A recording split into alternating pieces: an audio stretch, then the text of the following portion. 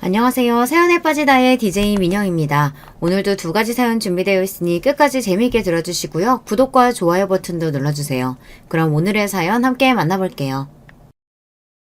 안녕하세요. 저는 자식들 다 장성시키고 은퇴 후 남편과 유유자적한 삶을 즐기며 살고 있는 60대 주부입니다. 그동안 두 아이들 키우랴 직장생활 병행하랴 정말 몸이 10개라도 모자랄 정도로 치열하게 살다가 아이들 모두 독립해서 나가고 퇴직하고 하고 나니 남아도는 게 시간이더라고요. 살면서 이렇게 시간이 여유로웠던 적이 없어 좀 당황스러울 정도였습니다. 쉬는 것도 하루 이틀이지 저처럼 쉼없이 움직이던 사람들은 가만히 쉬는 것도 쉬운 일이 아니더라고요. 그때 접한 게 바로 이 채널입니다. 저처럼 결혼하고 자식 키우며 겪는 일들에 대한 사연을 들려주시는 여러분 덕분에 은퇴 후 적적한 마음을 달랠 수 있었어요. 저만큼 나이 드신 분들이라면 아마 공감하시겠지만 자식이라는 게 다 키웠다고 마음 놓을 수 없는 존재 아닙니까?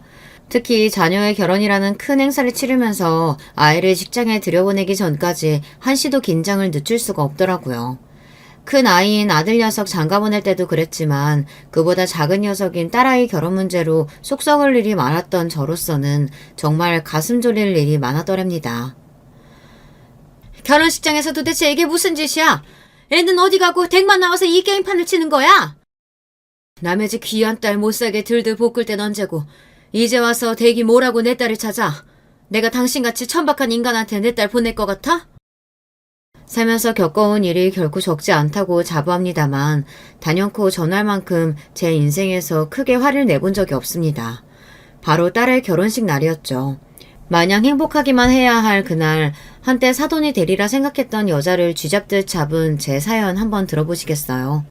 제 아이들은 아이들 어렸을 때부터 제가 직장 생활을 해서 그런지 찰나기 시작하면서부터 엄마 손 거의 안 타고 자기 할 일 척척 해내는 독립적인 성향으로 자라났습니다.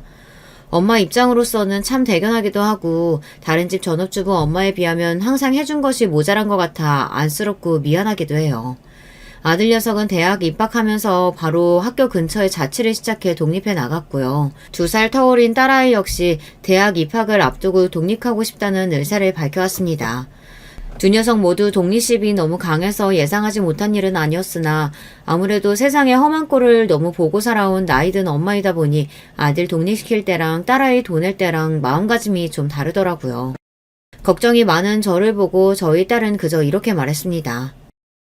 엄마 입장에서야 걱정하는 거야 알지만 솔직히 집에서 다니나 독립해서 학교 다니나 각자 바빠서 얼굴 보기 어려운 건 마찬가지인데 뭐가 그렇게 다른지 잘 모르겠어. 엄마 입장에서 할 말이 없더라고요. 딸아이 말이 틀린 게 없었거든요. 남편도 은근히 저를 부추겨 딸아이 독립을 말리고 싶은 눈치였으나 평소 신경을 많이 못 써준 대신에 아이들 의사를 더 존중해주려 노력했던 것이 저희 부부 교육관이었으므로 결국 딸아이 독립을 허락할 수밖에 없었습니다. 딸아이 말 맞다나 각자 사는 게 바빠서 그런지 아이들 독립시키고는 작정하고 불러 모으지 않는 이상 시간 맞춰 다 같이 얼굴 한번 보는 것도 쉽지 않더라고요. 아직 퇴직 전이어서 여전히 바쁘긴 하지만 두 아이 다 떠난 집에 퇴근할 때마다 괜히 마음이 휑한 기분이었습니다. 어쩐지 내 작은 아이들이 이제는 너무 멀어진 것 같은 기분이 들었죠. 아들 녀석이 직장 잡고 생활이 안정되면서 결혼 의사를 밝혀오자 정말로 내 아이들이 우리 둥지를 떠난 것이 실감이 났습니다. 만나는 사람이 있다는 건 알고 있었지만 아들이나 딸이나 본인들 연애 이야기를 주절주절 늘어놓는 편이 아니어서 상대방에 대해 아는 것이 많지는 않았습니다. 하지만 요새는 자식 결혼시키면 남이라고 생각하고 사는 게 속 편하다면서요. 괜히 가깝게 지내보겠다고 이것저것 간섭하다가는 며느리 사위 미움 사서 자식들까지 척지게 되는 경우가 다반사라고요.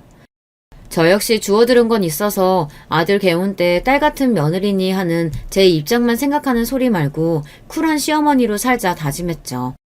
그래서 딸아이가 결혼하겠다고 했을 때도 아들 때처럼 아이들을 위해 일정한 거리를 두자고 생각했어요. 처음 아들 결혼할 때 그런 다짐을 했을 때는 내심 섭섭한 마음이 없지 않았는데 막상 그렇게 살아보니 나쁘지 않았습니다. 최대한 담백한 고부 관계를 유지하려고 노력했더니 오히려 그게 며느리 경계심을 풀게 하는 데 도움이 되었던 모양인지 고맙게도 먼저 살갑게 다가와주는 며느리 덕에 결혼 전보다도 아들 얼굴을 더 자주 볼 수 있게 되었죠. 아무래도 딸은 더하겠죠. 요새 인식이 많이 바뀌었다지만 그래도 며느리와 사이 대하는 건 차이가 있을 수밖에 없으니까요. 평소 똑부러진 아이이니 맹탕인 놈을 데려올 거라고 생각하지 않았기에 딸아이 결혼 문제는 전적으로 딸과 예비 사이의 의사를 따르리라 생각했습니다. 늘 자기 일을 알아서 척척 해왔던 딸에게도 결혼이란 쉽지 않은 문제인 모양이었어요.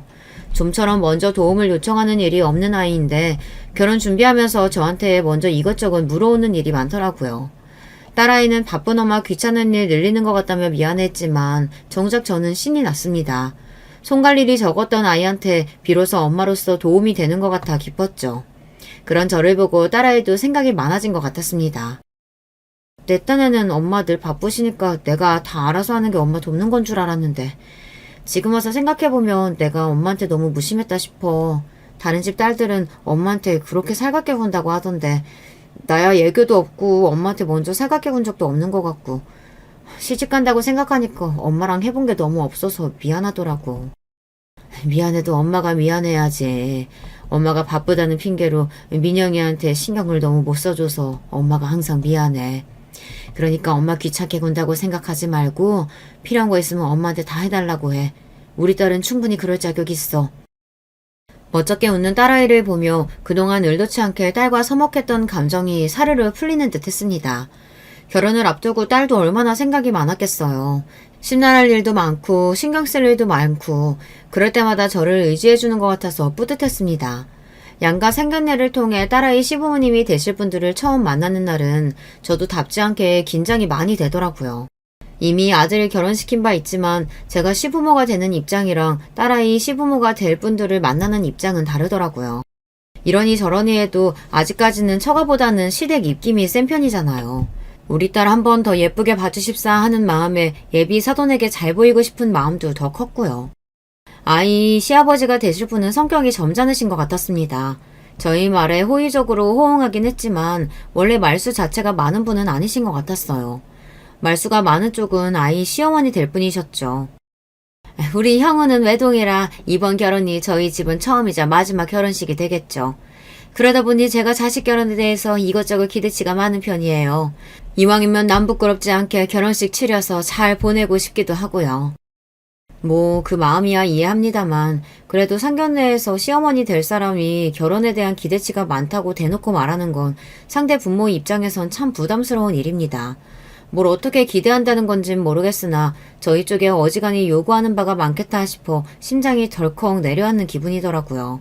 아이를 먼저 들여보내고 남편과 돌아오는 차 안에서 불길한 마음이 가시질 않았습니다. 상견례 내내 조잘조잘 떠드는 예비 안사돈 때문에 정신이 하나도 없었어요. 덕분에 처음 뵙는 사돈 내외라고 어색할 겨루는 없었습니다만 아무래도 딸 시집 보낼 때 가장 신경 쓰이는 자리가 시어머니 자리이다 보니 여러 가지 생각이 안 들 수가 없었습니다. 잠깐 본 것만으로 평가하는 게 경솔할 수는 있으나 상견례 자리에서까지 나서는 걸 좋아하던 예비 안사돈을 보니 그 기세에 저희 딸이 눌리지는 않을까 걱정도 됐고요. 한마디로 예비 안사돈의 첫인상은 어떤 모임에서든 자기가 가장 주목받는 사람이 되어야 하는 사람처럼 보였습니다. 그날의 주인공인 딸과 예비 사이에 대한 말보다 처음 보던 예비 안사돈의 신변잡기에 대해 귀가 따갑도록 듣고 나오다 보니 자연스레 그런 생각이 들더라고요. 여보, 안사돈 되실 분 말이야. 하나뿐인 아들 개운이라고 어지간히 기대하시는 게 많은 것 같던데 괜찮을까? 우리 다 아들 장가 보내봤지만 보통 신랑 쪽에서 결혼식 가지고 그런 경우는 드물잖아. 시어머니 자리는 되도록 무난한 사람이 좋은데 너무 별난 거 아닌가 싶기도 하고. 사람 한 번 보고 알 수가 있나. 차차 두고 보면 알게 되겠지. 평소 언사에 신중한 남편 입에서 저 정도 발언이면 남편 역시 저와 생각이 크게 다르지 않다는 거였습니다. 어찌되었든 첫인상이 그리 좋지 않다는 건 인정한 거나 다름없으니까요. 부디 짤자식 시집 보내는 부모의 괜한 기우이길 바랬죠. 상견례 치르고 얼마 지나지 않은 주말 오랜만에 딸아이가 본가에 들렸습니다. 결혼 준비하느라 생각할 것들이 많아 그런지 며칠 새 수척해진 모습에 마음이 안 좋았어요. 이것저것 음식을 앞에 밀어줘도 좀처럼 잘 먹지 못하던 딸이 입을 열었습니다. 엄마, 오빠 결혼할 때 새언니가 예단을 해왔었나?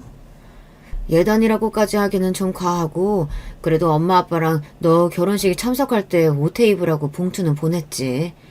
너희 오빠 결혼할 때 엄마 아빠한테 거의 손 안 벌리고 둘이서 신혼집이면 혼수면 한다고 하길래 우리도 우리한테 따로 돈 쓸 거 없다고 얘기했는데 그래도 그냥 넘어가긴 그랬는지 네 새언니가 준비를 했더라고. 그럼 통상적으로 얼마나 준비하는 게 맞아? 왜 안 사돈이 예단 해오라고 하시던? 솔직히 제 입장에선 저쪽 집안에서 예단을 요구할 거라고 생각을 못했습니다. 예비 사위와 딸이 신혼집을 거의 반반 부담하기로 했거든요. 안에 들어갈 가전도 나눠서 부담하기로 한 걸로 알고 있고요. 보통 예단 요구하는 건 신랑 측에서 신혼집을 해오거나 하다못해 전세금이라도 책임지는 경우에 하지 않나요? 사실상 딸아이의 결혼은 반반 결혼이라고 해도 과언이 아니었습니다. 예비사위가 자기 본가에서 금전적 도움을 받기로 했는지까지는 아직 들은 바 없었으나 딸아이는 결혼하겠다는 의사를 밝힐 때부터 자기가 차곡차곡 저축한 돈으로 작게나마 본인들 힘으로 시작하고 싶다고 이미 못을 박았습니다. 그런 경우에는 보통 양가 집안 모두 그 이상의 부담을 주지 않으려고 예단을 비롯한 다른 것들은 생략하는 경우가 많죠. 저 또한 당연히 그렇게 생각하고 있었고요. 그건 딸아이도 역시 마찬가지였는지 제 예비 시모의 요구에 혼란스러운 기색이 역력했습니다. 옛날이야 이불이며 살림살이 직접 마련하는 게 예단이었다지만 요새는 그렇게 하는 사람은 드물고 거의 돈봉투라고 봐야지. 엄마도 오빠 결혼 때 딱히 예단비 받지는 않아서 자세히는 몰라도 엄마 친구들 얘기 들어보니까 보통 신랑 쪽에서 집해오면 그 10분의 1선에서 예단비 받는 게 일반적이라고 하긴 하더라. 왜? 안사돈께서 따로 요구하신 예단 목록이 있어? 차라리 대놓고 그런 거라도 주시면 내가 감이라도 좀 잡겠는데 딱히 그런 건 없더라고. 그래도 우리 집안 개혼인데 집안 어르신들한테 기본적인 대접은 해야 하지 않겠느냐고 말씀만 하셔서 그게 어느 정도 수준인지 모르겠어서 난감하네. 그러게 그건 요구하는 쪽에서 어느 정도 선을 얘기해 주는 게 편한데 그런데 그런 거 일일이 말하는 건 민망스럽게 생각하시는 분들도 많긴 하거든. 엄마랑 생각을 좀 해보자. 반반 결혼시키는 판에 예단 요구받았다는 딸의 말에 솔직히 심기가 편치는 않았습니다만 저쪽에서 대놓고 요구한다는데 안 하기도 참 그랬어요. 괜히 시작부터 귀한 딸 밉보이게 하고 싶진 않았으니 저희가 할 수 있는 한에서 최선을 다해서 준비해주자고 생각했습니다. 그리고 얼마 지나지 않아 딸아이가 제 예비 신랑과 웨딩드레스를 보러 가기로 했습니다. 딸애가 웨딩드레스 입은 모습이 얼마나 예쁠까 기대가 되었어요. 그러나 웨딩샵에 두 사람을 따라갈 생각은 하지 않았습니다. 처음 웨딩드레스 입은 모습을 확인하는 건 아무래도 단둘이 있는 게 좋잖아요. 저희 딸 성격이 그런 로망 챙길 만한 성격은 아니었으나 그래도 평생에 한 번 하는 결혼인데 남들 하는 로망은 다 이뤄봤으면 했습니다. 그리고 그런 자리에 부모가 따라가는 것도 좀 주책 맞죠. 여러 번 입어보고 결정하기 어려워 조언을 구하면 또 몰라도 그런 자리에는 나이든 부모보다는 친구들과 함께 가는 게 일반적이기도 하고요. 그래서 그날 일을 하면서도 딸아이가 얼른 인증샷을 보내주기만을 기다렸습니다. 그런데 분명 웨딩샵에서 피팅을 해본 다음 사진을 보내주겠다며 호언장담을 했던 딸인데 그날 퇴근할 때가 다 되도록 딸아이에게서 연락이 없었습니다. 혹시 드레스 고르다가 둘이 싸우기라도 했나 싶어 슬슬 걱정이 되던 차에 딸한테서 전화가 왔습니다. 딸, 왜 이렇게 연락이 없었어? 드레스는 잘 입어봤어? 엄마, 나 지금 집에 가도 돼? 딸아이 목소리가 착 가라앉아 있었습니다. 좀처럼 감정 기복이 심하지 않은 아이로서는 흔치 않은 일이었어요. 무슨 일이 있긴 있었구나 싶어 얼른 집으로 오라고 했죠. 오늘 드레스 피팅하는데 어머님이 오셨어. 이게 무슨 소린가 싶었습니다. 그러니까 저희 딸한테 이런 방구도 없이 제 신랑이랑 처음 드레스 보러 간 자리에 예비 안사돈이 나왔다는 거였습니다. 그 자리에 저라도 같이 있었으면 또 몰라. 딸아이 입장에서 얼마나 당혹스러운 일이었겠어요. 이런 경우는 듣도 보도도 못했어요. 황당해서 저도 모르게 목소리가 높아졌습니다. 안사돈이 왜 오셨대? 김서방은 뭐라는데? 집에서 나오는데 어머님이 자기도 웨딩드레스 구경하고 싶다고 하시더라면서 모셔왔다는 거야. 나한테 한마디 상의도 없이. 분통을 터뜨리는 딸아이를 보며 저 역시 가슴이 답답해졌습니다. 아무리 남자들 생각이 여자들하고는 다르다지만 그 정도 눈치 없는 예비사위 역시 못마땅하게 느껴졌죠. 아니 그 자리에 자기 엄마만 떡하니 모셔오면 딸 입장에서는 시어머니 품평당하는 기분이 당연히 들지 않겠어요. 결혼을 앞둔 두 사람의 로맨틱한 순간을 그렇게 배려 없이 망쳐버리니 생각 없는 예비사위 모자에게 화까지 나려고 하더라고요. 자기 집은 어릴 때부터 아주 가정적이었다는 말이 그저 가족들 사이가 좋다는 말인 줄만 알았는데 보면 볼수록 그 사람 마마보이인 것 같아. 쇼핑할 때도 그렇고 옷 골라주는 것도 어머님이 해주신다는 소리 들었을 때 우리 집은 그런 분위기가 아니니까 가족 간의 사이가 좋은 집이면 저러나 보다 하고 넘어갔는데 지금 생각해보면 자기 엄마 말이라면 그저 꿈뻑 죽는 것 같아. 저 사람 매번 저런 식으로 행동하면 그때마다 나 속 터져서 어떡해 엄마? 딸아이 성격에 저렇게 터뜨릴 정도면 그간 어지간히 쌓인 게 많았다는 소리였습니다. 세상 어느 여자가 마마보이를 신랑으로 맞이하고 싶겠습니까? 저 역시 걱정이 안 될 수가 없었죠. 생각해보니 전에 예단비에 관한 이야기가 나왔을 때도 그랬어요. 자기랑 거의 같은 돈 쓰면서 같이 집 해오는데 예비 사이가 막으려면 얼마든지 미리 막을 수 있는 거 아니겠습니까? 애초에 저쪽에서 저희 쪽에 당당하게 예단비 요구할 입장은 아닌데 말이죠. 어쩐지 상견례에서 예비 안 싸던 첫인상을 보고 느꼈던 불길했던 예감이 하나 둘 들어맞는 것 같아 불안해졌습니다. 저까지 생각하는 그대로 말했다간 정말로 딸아이가 불안해할 것 같아 원래 결혼 준비하면서는 생각지도 못했던 이런저런 갈등이 생기기 마련이다. 이렇게 애써 딸을 달래서 보냈습니다. 그리고 저녁에 자려고 누웠는데 도저히 잠을 잘 수가 없더라고요. 사람이 하나를 보면 열을 안다고 하지 않습니까? 결혼 전부터 며느리 될 아이에게 저리 진상을 떠는데 결혼하고 나서는 대체 어떤 상상을 뛰어넘는 일들이 벌어질까 눈앞이 아찔했습니다. 아까 딸아이가 했던 말이 계속 머릿속을 맴돌았어요. 나 입고 나온 드레스 보고 계속 만지작거리시더니 자기도 이런 거 입어봤으면 소원이 없겠다면서 자꾸 그러시는데 솔직히 나보고 뭘 어쩌라는 건지 싶더라니까. 설마 진짜 자기도 웨딩드레스 입혀달라는 소리는 아니겠지? 설마 그 정도는 아니었을 거야. 그치?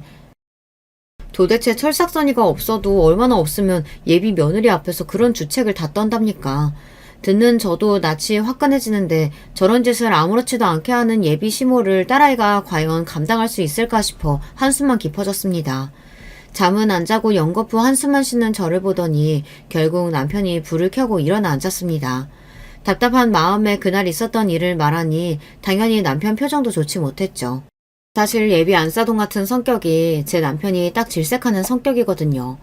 나서는 거 좋아하고 나이값 못하고 어른이 어른답지 못한 걸 거의 혐오한다고 해도 과언이 아닌 사람이니 당연히 예비 안싸돈이 마음에 찰 리가 없었습니다. 아마 딸아이 시부모 될 사람이 아니었다면 지인으로도 결코 둘 일이 없는 타입이었죠. 애들 일에 너무 간섭하는 것 같아 말을 아끼려고 했는데 이쯤 되면 김서방 불러서 언지를 좀 해야 할 것 같다.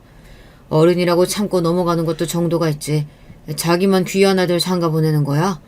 왜 우리 딸이 결혼 준비하면서 이렇게 안 해도 될 마음고생까지 해야 돼? 제 말이 그 말이었어요. 괜히 우리 딸 책 잡힐까 싶어 어지간한 건 사돈댁에 맞춰주자 했는데 계속 저런 식으로 나오면 저희라고 마냥 삼아줄 이유는 없죠. 무슨 대단한 집안에 시집 보내는 것도 아닌데 시댁이랍시고 처음부터 너무 저자세로 나갔던 게 문제였나 싶기도 했습니다. 그렇게 가족 식사 자리 초대를 빙자한 예비 사위 성토대회가 열렸습니다. 저는 남편이나 그동안 참은 말들이 많았기에 그날은 할 말은 해야겠다 싶었어요.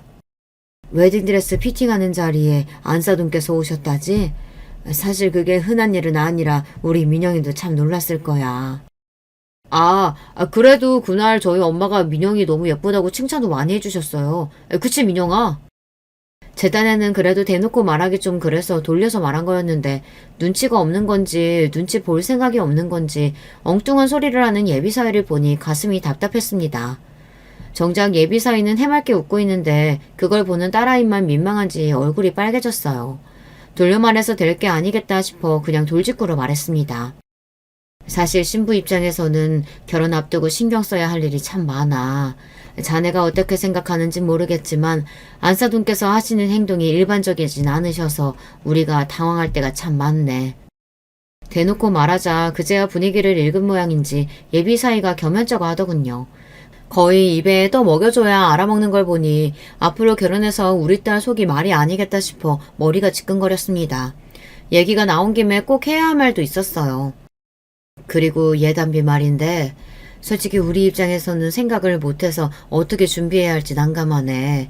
안사돈께서 요구하신 거라고 하니 어느 정도 수준으로 원하시는지라도 언지를 좀 주시면 좋을 것 같은데. 말 그대로 현금 봉투를 원하시는 건지 현물을 원하시는 건지도 알아야 준비를 하지. 이제 식 석 달도 안 남았는데. 제 말에 딸아이의 표정이 급격히 어두워졌습니다. 이젠 또 무슨 일인지 겁이 나서 물을 엄두도 나질 않았어요. 딸아이가 떨떠름한 표정으로 말했습니다. 엄마, 며칠 전에 어머님 명품백 해드렸어. 이건 처음 듣는 소리였어요. 딸아이가 웨딩샵 일로 한껏 쏟아내고 간지 며칠 되지도 않았는데 그새 또 사건이 터진 모양이었습니다. 아니, 언제? 며칠 전에 혼수 가전 보러 갔는데 어머님도 나오셨더라고. 말하는 걸 보니 이번에도 미리 얘기 안 하고 예비사위가 제 엄마를 달고 나온 모양이었습니다. 이쯤 되니 예비사위도 일부러 저러는 건가 싶을 지경이었어요. 그러니까 아들 며느리 혼수 준비한다는데 백화점까지 쫄래쫄래 쫓아와서는 그 자리에서 명품백까지 받아 챙겼다는 거잖아요. 뭐 그렇게 대단하게 내세울 거 있는 아들이라고 아들 팔아 한미천 잡기라도 할 심산이랍니까? 저도 모르게 소리쳤습니다. 그런데도 또 예단비를 요구하신다고? 제가 대놓고 말하니 예비사위가 민망해하더라고요. 제 어미가 내 딸한테 명품백 받아 챙길 때도 저렇게 민망해했을까 싶어 기가 막혔습니다. 예비사위가 저희 내외의 눈치를 보며 주절주절 변명을 늘어놓았어요. 저희 엄마가 저희 집은 자식이라곤 저 하나뿐이니까 한번 하는 거 제대로 갖춰서 해야 한다고, 안 그러면 집안 어른들한테 두고두고 욕먹는다고 하셔서요. 금액이 부담되시는 거면 저도 몰래 보탤게요. 너무 노여워 마시고 너그러이 이해해 주세요. 말끝마다 저희 엄마 아주 마마보이가 따로 없었습니다. 본인이 결혼 당사자 아닙니까? 자기는 자아가 없답니까? 이건 효자가 아니라 자기 어머니한테서 정서적으로 독립을 못한 것 같았습니다. 그리고 저희가 돈 한 푼 아쉬워 이런답니까? 애초에 서로 꿀릴 것 없이 동등한 입장에서 비슷한 금액 부담하며 하는 결혼에 요구하는 게 과하다는 게 문제인 거 아니에요. 제 어머니 잘못이 뭔지조차 제대로 이해하지 못하면서 저희 부부 자존심까지 긁는 발언을 했다는 건 생각하지도 못하는 것 같았습니다. 저 못 믿어온 인사에게 정말 저희 딸을 보내도 되는 건지 심히 걱정이 되었습니다. 연애할 때는 저 정도는 아니었는데 결혼 준비하니까 사사건건 자기 엄마가 어쨌다 저쨌다. 나도 당황했어. 예비사위를 먼저 보내고 급격히 어두워진 저희 부부 낯빛을 보고 딸아이가 눈치를 보며 기어들어가는 목소리로 말했습니다. 자기도 민망했겠죠. 저희 보기도 창피했을 거고요. 하고 싶은 말이야 굽이굽이 펼치면 해남 땅끝마을까지도 가겠으나 가장 속상할 게 딸아이였으니 쉽게 입을 떼기도 어렵더군요.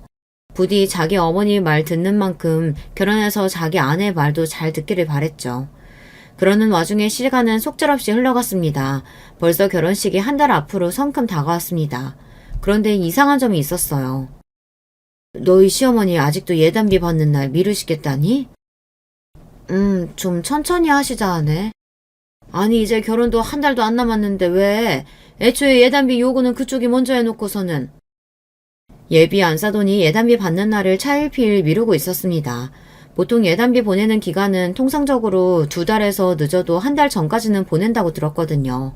예단비라는 게 시댁 어른들 결혼식 때 입을 옷이며 한복 같은 걸 준비해야 하니 통상적으로 그 정도 시간 여유는 두는 게 맞다고 알고 있어요.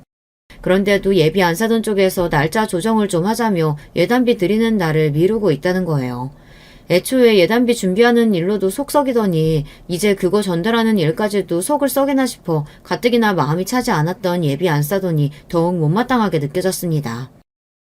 혹시 그동안 따로 언질하신 건 없으셨어? 아무 이유 없이 저러는 건 아닐 거 아냐. 뭐 그 속을 내가 어찌 알겠어. 거의 돛 닦는 보살처럼 말하는 딸아이였습니다. 결혼 준비라는 게 누구에게나 녹록하지는 않은 일입니다만 유난히 결혼 준비를 힘들어하는 딸아이를 보니 저 모르는 데서 다른 마음고생을 하고 있는 건 아닌가 의심스러웠어요. 예비사위나 예비 안사돈 하는 꼴을 보면 충분히 가능성 있는 이야기였습니다. 하지만 한두 번도 아니고 저희 앞에서 면이 서지 않을 만한 일을 몇 번 겪다 보니 그나마 열렸던 딸아이 마음도 많이 다친 것 같았습니다. 민영아, 무슨 일 있으면 다른 생각할 거 없이 그냥 엄마한테 말하면 돼. 엄마한테 못할 말이 어딨어. 무슨 말을 해도 괜찮으니까 혼자 끙끙 앓지 말고 꼭 엄마한테 말해. 알았지? 대답은 않고 고개만 주걱거리는 딸아이를 보는 저 역시 근심이 가득했으나 그럼에도 결혼을 강행하는 딸아이를 믿어주는 것 외에 별다르게 할 수 있는 일이 없었습니다. 그렇게 결혼식을 겨우 보름 남겨두고서야 예비 사돈댁에 예단비를 보냈습니다. 기성복이면 모를까 하는 얘기를 들어보니 맞춤 옷을 주문할 모양이던데 시간이 빠듯했습니다. 아무리 예단비 보내는 게 양가 협의어야 하는 일이라 시댁에서 원하는 예단 받는 시기를 맞춰준다곤 하지만 별의별 걸로 다 줄다리기를 한다 싶어 피곤했어요. 뭐 그 속내를 아주 모를 것 같진 않았습니다.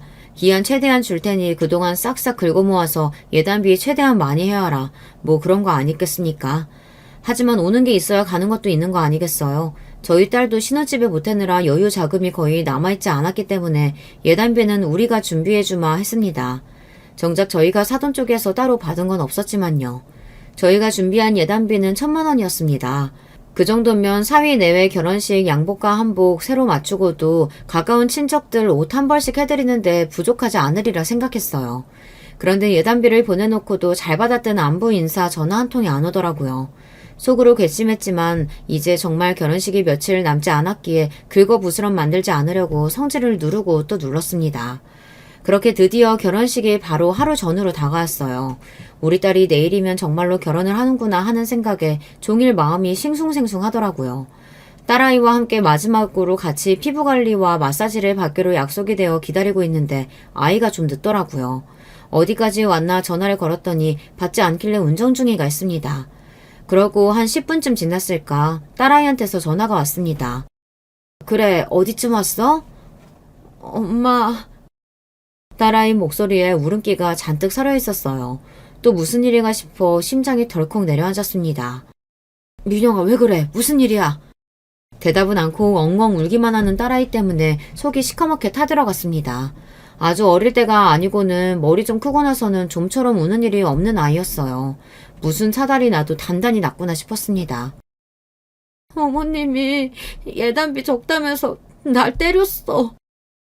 순식간에 피가 거꾸로 솟는 것 같았습니다. 그 미친 여편네가 기어이 내 딸을 건드렸다고 생각하니 당장에 요절을 내버리고 싶었습니다. 하지만 아이가 어지간히 놀란 모양인지 호흡까지 불안정하게 들렸습니다. 너 지금 어디야? 엄마가 갈게, 응? 그렇게 마사지샵 예약을 취소하고 딸이 있는 곳으로 달려갔어요. 딸아이 얼굴을 확인하고는 놀라 자빠질 뻔했습니다. 내일이면 세상에서 가장 어여쁜 신부가 되어 있어야 할 소중한 제 딸아이 얼굴은 맞은 쪽만 쳐다보면 누구인지 알아보기도 힘들 정도로 한쪽 뺨이 시뻘겋게 퉁퉁 부어 있었어요. 벌렁대는 심장을 겨우 진정시키고 달려가 딸아이를 꼭 안아주었습니다. 엄마. 어린아이처럼 엉엉 우는 딸아이를 품에 보듬고 감히 내 딸을 건드린 그 미친 여자를 절대 가만두지 않으리라 이를 부득부득 갈았습니다. 결혼 준비하는 내내 내 딸 마음고생을 그리 시키더니 감히 손찌검까지 해요. 이 옆에 애가 살기를 포기한 모양이다 생각했어요. 감히 누구에게 손을 댑니까? 뭐 예단비가 적어? 제 아들놈 뭐 내세울 거 있다고 신혼집 하나 제대로 못 해와서 내 딸 쌈짓돈까지 다 끌어다 쓴 주제에 어딜 선박하게 돈 타령하면서 남의 집 귀한 딸을 이렇게 함부로 대합니까? 한참을 끌어안고 토닥거려도 좀처럼 딸아이 눈물이 멈추질 않았어요.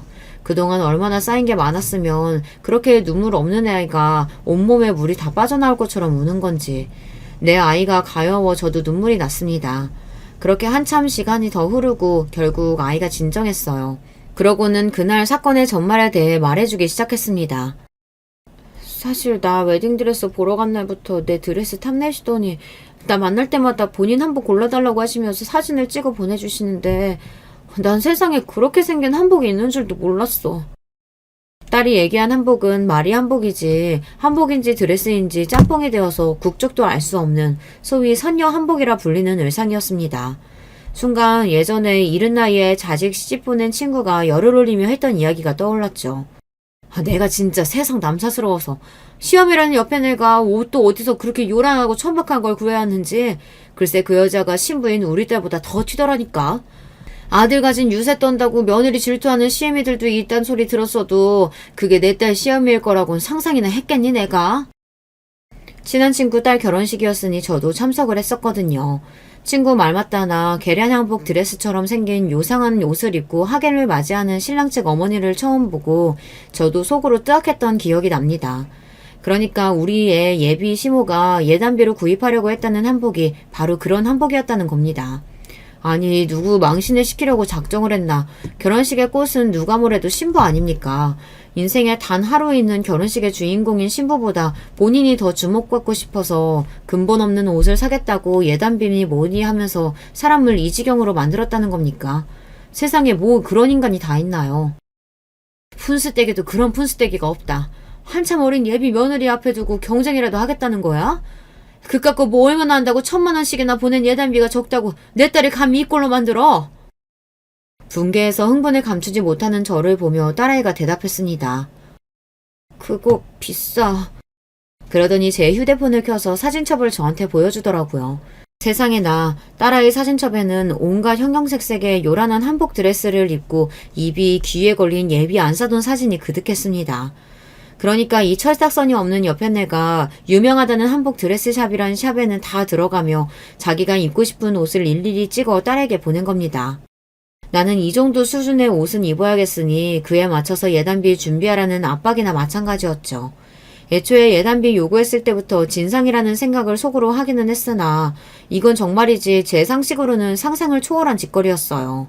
제가 그 사진들을 보고 입을 떡 벌리고 말을 잇지 못하자 딸아이가 말을 이었습니다. 거기 가게들 다 맞춤 제작만 하는 고급샷들이야. 거기 입고 찍은 한복이 한 벌에 1,000만 원이 훌쩍 넘는데요. 그래서 결국 당신이 입고 싶다는 고급 맞춤 드레스는 못 산 거지. 마지막으로 피팅한다고 나 불러놓고는 갑자기 성질을 빽 내더니 예단비라고 꼴랑 그거 보내냐고 하나 있는 아들 결혼식에 제대로 된 한복도 못 입는다면서 내 뺨을 갑자기 치는 거야. 뭐 자기 친구 누구는 아들 장가 보내면서 열쇠 3개나 받았다나.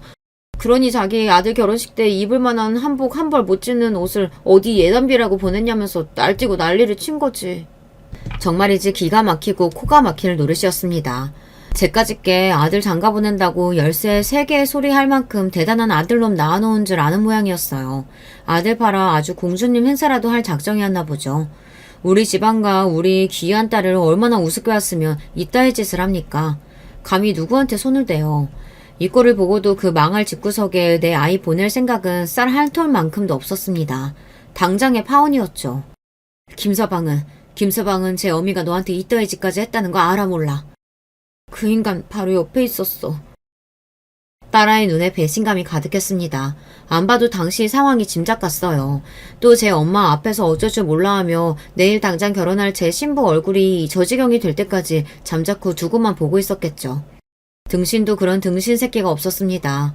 하마터면 그런 모자란 놈한테 내 귀한 딸을 보낼 뻔했다고 생각하니 등찜기를 타고 식은땀이 흘러내렸어요. 그 와중에도 딸아이 휴대폰으로 괘씸한 예비사위놈 전화가 계속해서 왔습니다. 받아서 욕이라도 한 바가지 해주려다가 목소리도 듣기 싫어서 전화기를 빼서 꺼버렸습니다. 너 그 집구석에 시집 절대 못 보낸다. 내일 결혼식은 없었던 걸로 해. 제 말에 딸아이가 고개를 푹 숙이더군요. 그러더니 이내 결심했다는 듯 말했습니다. 나도 이런 대접 받아가며 그 사람들하고 가족될 생각 없어. 그리고 이런 일이 생겨도 아무짝에도 쓸모없는 너는 뭘 믿고 평생을 함께 하겠어. 결정을 내리기까지가 쉽지 않아 그렇지 한번 마음먹으면 번복하는 일이 없는 아이였습니다. 딸아이 역시 파혼할 의지가 굳건함을 확인하자 이제 엄마로서 제가 못할 일 같은 건 아무것도 없었어요. 일단은 아이 얼굴이 말이 아닌지라 급히 병원부터 데려갔어요. 귀한 내 새끼 크면서 단 한 번도 손찌검한 일이 없이 키웠는데 웬 미친 여자 때문에 봉변을 당했다고 생각하니 손이 벌벌 떨렸습니다. 내 새끼 건드려놓고 재년이라고 무사할 줄 아느냐. 가슴속에 칼을 갈고 또 갈았습니다. 남편에게 전화해 자초지정을 설명하자 남편 역시 화를 주체하지 못하고 그 여편네에게 저주를 퍼부었습니다. 당장 결혼식이 내일이었기에 얼른 연락을 돌리지 않으면 저희 식구도 없는 결혼식장에 영문도 모르고 저희 손님들이 오실 판이었어요. 이야기를 들은 남편 역시 주저없이 파혼에 동의했기에 빠르게 저희 지인들에게 연락을 돌려 내일 결혼이 취소되었음을 알렸습니다. 물론 모든 일은 그 망할 집구석과는 단 한마디의 상의도 없이 이루어졌죠. 그렇게 대망의 그날이 다가왔습니다. 딸아이는 아직 절대 안정이 필요했기에 저와 남편만 마치 전쟁터로 향하는 군인이라도 된 듯 비장한 걸음을 떼었습니다. 원래라면 제 딸이 입장했어야 할 결혼식장으로 들어섰어요. 어제 그 일 이후로 저희 가족 중 누구도 그 집 식구들 연락을 받지 않았기에 제 신부에게 연락도 닿지 않았으면서 턱시도에 메이크업까지 반질반질하게 꾸민 예비사위 놈이 헐레벌떡 저희 부부 앞으로 뛰어왔어요. 장모님, 장인어른, 왜 이렇게 연락이 안 되세요? 민영이는 바로 따라오나요? 왜 얼굴이 다 터졌는데 아직도 저희 딸이 여기 나타날 거라고 믿고 있는 그 멍청한 놈을 쏘아보았습니다. 왜? 네 어미한테 쥐어 터진 꼴 자랑이라도 하려고? 전혀 없이 차가운 제 말투에 놈이 흠칫했습니다. 감히 내 딸을 그 꼴 당하게 둔 원흉을 당장 머리채라도 잡고 싶었으나 아직 할 일이 남아있었어요. 놈을 무시하고 쌩하니 지나쳐 문제의 그 옆에 내를 찾아갔습니다. 딸아이에게 사진으로 보낸 것만큼은 아니었으나 역시 요란하기 짝이 없는 차림새를 한 여자를 쉽게 찾을 수 있었어요. 꼴이 아주 공작새 저리 갈아였죠. 남의 딸 얼굴을 뭉개놓고 제 지인들이랑 낄낄 쳐웃고 있는 꼴을 보자니 구역질이 올라올 지경이었습니다. 아직도 예단비 문제로 앙금이 남았는지 결혼식 당일 사돈을 보고도 새침하게 고개를 돌리는 꼬라지를 보자 저건 인간이 아니다 싶었습니다. 그 인간이 그러든지 말든지 저는 곧장 결혼식 단상으로 올라가 마이크를 잡았습니다. 오늘 결혼식은 없습니다. 원래대로라면 제가 신부 엄마이지만 저는 이 결혼 파토냈거든요. 제 말에 웅성거리던 식장 안이 한순간에 찬물을 끼얹은 듯 적막만이 가득했습니다. 그나마도 신부 측에는 아무도 안 남아있고 신랑 쪽만 자리가 차 있었죠. 당연한 일입니다. 저희 지인들에게는 이미 연락을 마쳤으니까요. 멀리서 얼굴이 사색이 돼 이쪽으로 쫓아오는 예비사위 놈과 그 옆에 내가 보였어요. 뛸 때마다 산티나는 옷감이 나풀대는 게 아주 볼만하더군요. 저는 지체하지 않고 미리 식장 측에 건넨 영상을 빔 프로젝터로 대문만하게 틀었습니다. 영상이 나오자 개미새끼 한 마리 없는 것처럼 침묵에 잠겼던 식장 안이 다시금 웅성대는 소리로 시끄러워지기 시작했어요. 그건 그 옆에 내가 제 딸에게 집요하게 보냈던 한복 드레스 착용 인증샷들을 엮어 만든 거였어요. 이건 얼마고 이건 얼마네 해가며 예단비를 요구하는 문자 메시지 캡처보는 덤이었죠. 순식간에 하객들 시선이 그 여자한테 꽂혔습니다. 수치심에 그 여자 얼굴이 시뻘겋게 달아오른 게 단상 앞에서도 보일 정도였어요. 하도 정신이 빠진 것처럼 굴길래 세상이 부끄러운 거라고는 모르는 인간인 줄 알았는데 공개적으로 망신을 주니 창피하며 어쩔 줄 몰라 하는 걸 보니 그런 건 아니었던 모양입니다. 영상 재생이 끝나자 마이크를 들고 제가 다시 말을 이었습니다. 파혼 사연은 신혼집이며 혼수 모두 반반으로 해놓고도 초호와 선녀 한복 씌워달라며 저희에게 예단비 요구하고 또 그 예단비가 적다면서 신부인 제 딸을 결혼식 전날 얼굴을 알아보지 못할 정도로 폭행한 저 예비 시애미 때문입니다. 자기 신부가 부당하게 얻어맞는 꼴을 보고도 곁에서 구경만 한 저 신랑이라는 놈 역시 마찬가지고요. 다들 어려운 발걸음 해주셨을 텐데 죄송하지만 그렇다고 귀한 딸 자식 저런 인간 이하의 것들한테 보낼 수야 없는 노릇 아니겠어요? 아무쪼록 이해해 주시길 바랍니다. 그러고는 단상에서 내려와 남편 곁에 섰습니다. 뭘 잘했다고 분한 얼굴로 그 여자가 제 쪽으로 쫓아왔어요. 뒤에서는 신랑 측 하객들이 그런 여자 꼴을 보며 혀를 끌끌 찼죠. 굳이 제가 뭘 더 안 해도 저 여자 못 데쳐먹은 성질머리가 널리 퍼져나갈 일이었습니다. 제게 달려드는 그 옆에 내를 제 남편이 사정없이 패대기 쳤습니다. 우리 귀한 딸 손찌검한 인간인데 그 정도면 양반이었죠. 저는 식장 바닥에 철퍼덕 엎어진 그 여자 면상에다 고소장을 집어 던졌습니다. 저희 딸 폭행에 대한 고소와 파혼에 대한 책임을 묻는 손해배상 청구서였어요. 감히 너 따위 천박한 년이 내 귀한 딸한테 손찌검을 해? 내가 마음 같아서는 이 자리에서 니년 사지를 찢어도 시원치 않아. 감히 우리 애 건드린 대가 똑똑히 치르게 될 테니까 구치소 신세 질 각오해. 고소장을 집어든 여자의 손이 벌벌 떨리더군요. 자기가 벌인 짓에 대한 당연한 대가인데 이 정도도 두려워할 거면서 어떻게 그렇게 인간 말종같이 굴어댔는지 이해가 안 될 지경이었습니다. 하지만 그것도 이제 남일이죠. 여기와 볼 일은 다 봤으니 미련 없이 남편과 함께 식장을 나섰습니다. 그런 저희 뒤를 한때 사이가 될 거라 생각했던 모자란 놈이 개새끼처럼 졸졸 따라왔습니다. 결혼식 당일에 파혼당해 혼비백산한 꼴이 된 놈이 주차장 바닥에 철썩 주저앉더니 저희한테 빌기 시작했어요. 장인어른 장모님, 제가 잘못했습니다. 저 민영이 없이 못 살아요. 제발 한 번만 용서해주세요. 저 파혼 못해요. 그 말에 순간 제 눈이 돌 뻔했습니다. 정신을 차렸을 때는 이미 제 손이 놈 얼굴을 있는 힘껏 철썩 내리친 다음이었죠. 아픈 거보다 놀라서 어안이 벙벙해진 놈 꼴을 보자 어제 내 딸도 이랬을까 싶어 다시금 가슴이 아파왔어요. 그러자 놈에 대한 분노가 더더욱 솟구쳤습니다. 너같이 모자란 놈 때문에 내 딸이 평생 한 번도 겪지 않아도 될 험한 꼴을 겪어왔는데 어디 네 놈이 파혼 한 해 만에 하고 있어? 너 같은 놈은 결혼할 자격 없어. 어디 남의 집 귀한 딸 인생 망치려고 너 같은 놈이 결혼을 해? 제 불효령에 파혼 못한다던 놈 기세가 그대로 꺾였습니다. 참 저렇게 패기라고는 없는 놈을 내 딸 곁에 세울 생각을 하다니 섬뜩할 지경이었어요. 남편 역시 놈에 대한 분노를 숨기지 않았습니다. 너 내 딸 앞에 두 번 다시 나타날 생각 마라. 감히 내 딸 주변에 맴돌았다가는 그때야말로 내가 네 놈 죽여버리고 말 테니까.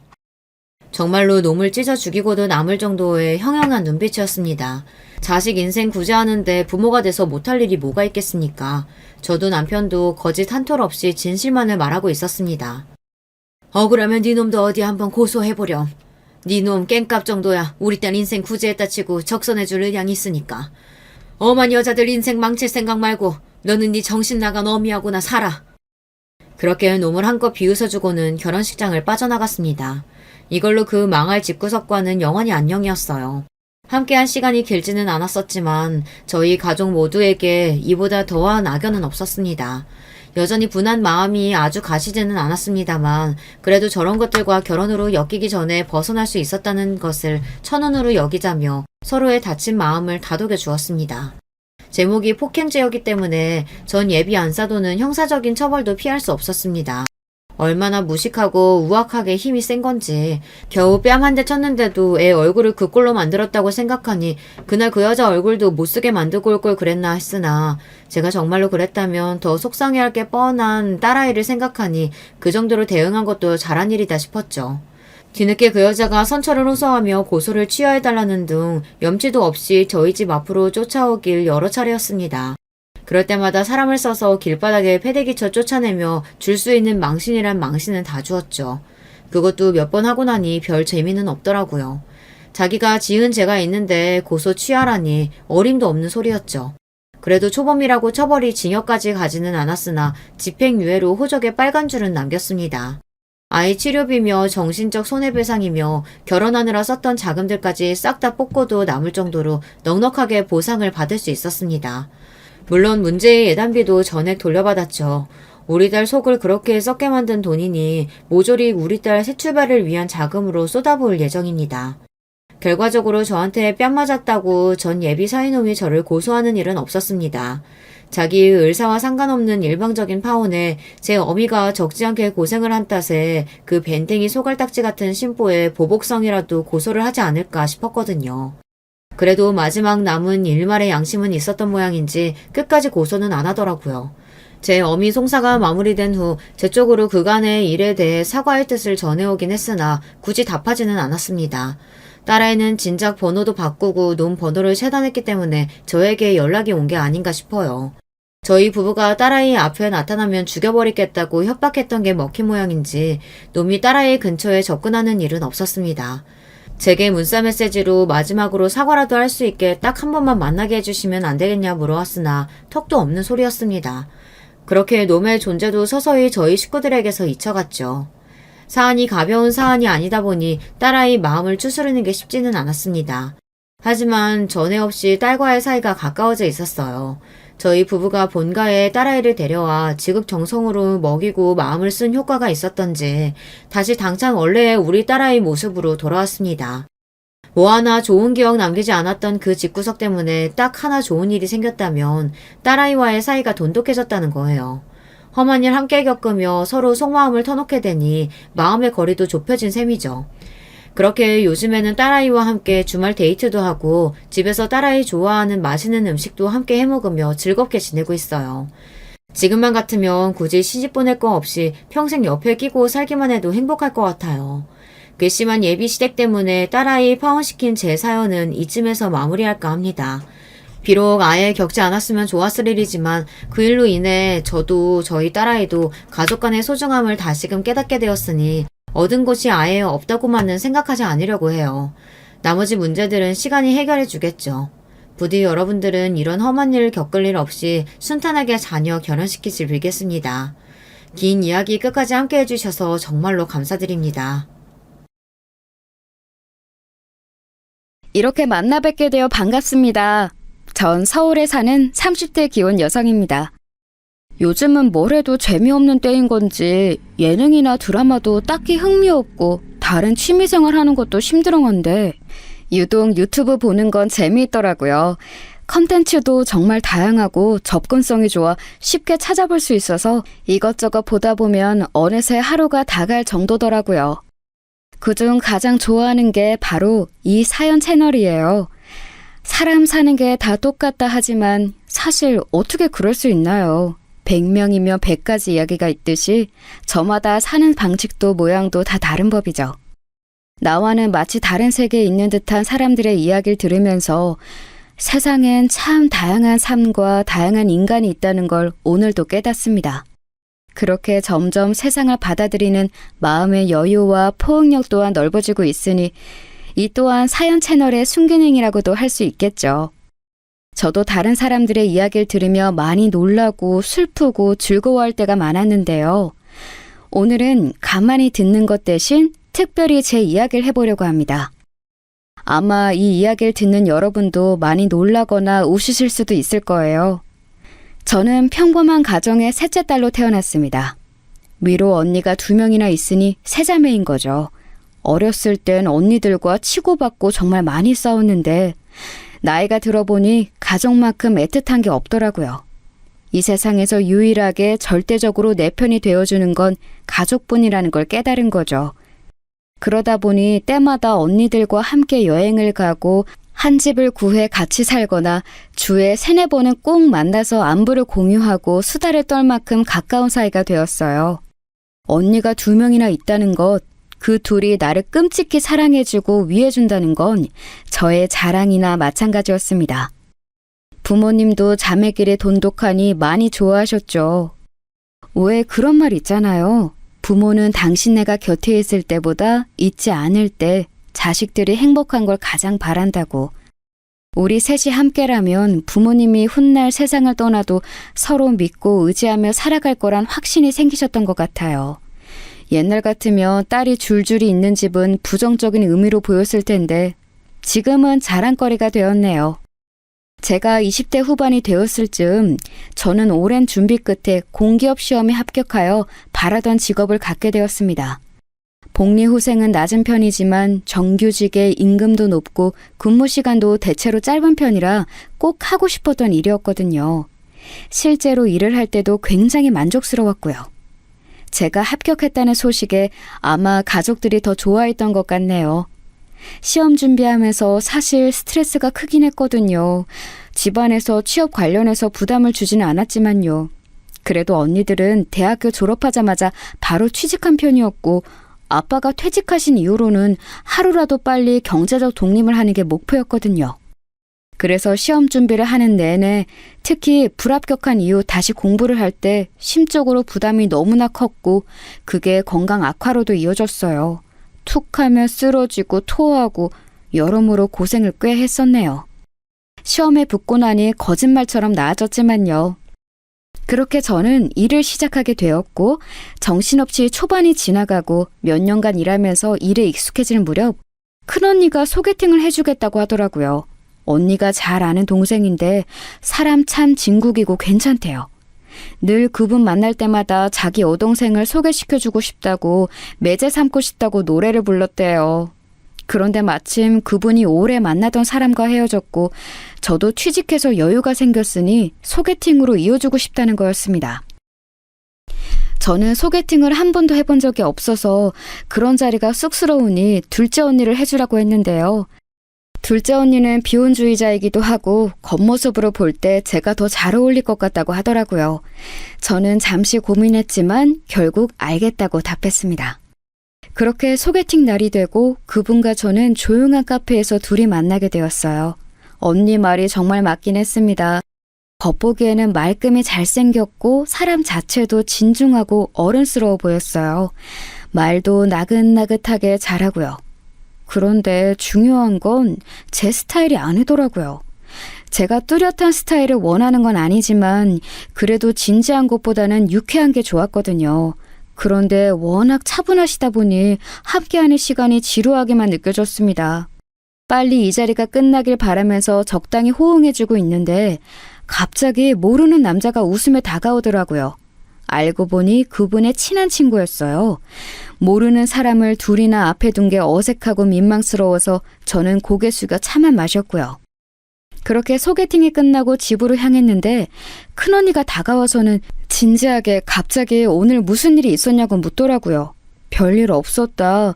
그런데 잘 맞지는 않을 것 같다고 말했는데 큰언니가 웃더라고요.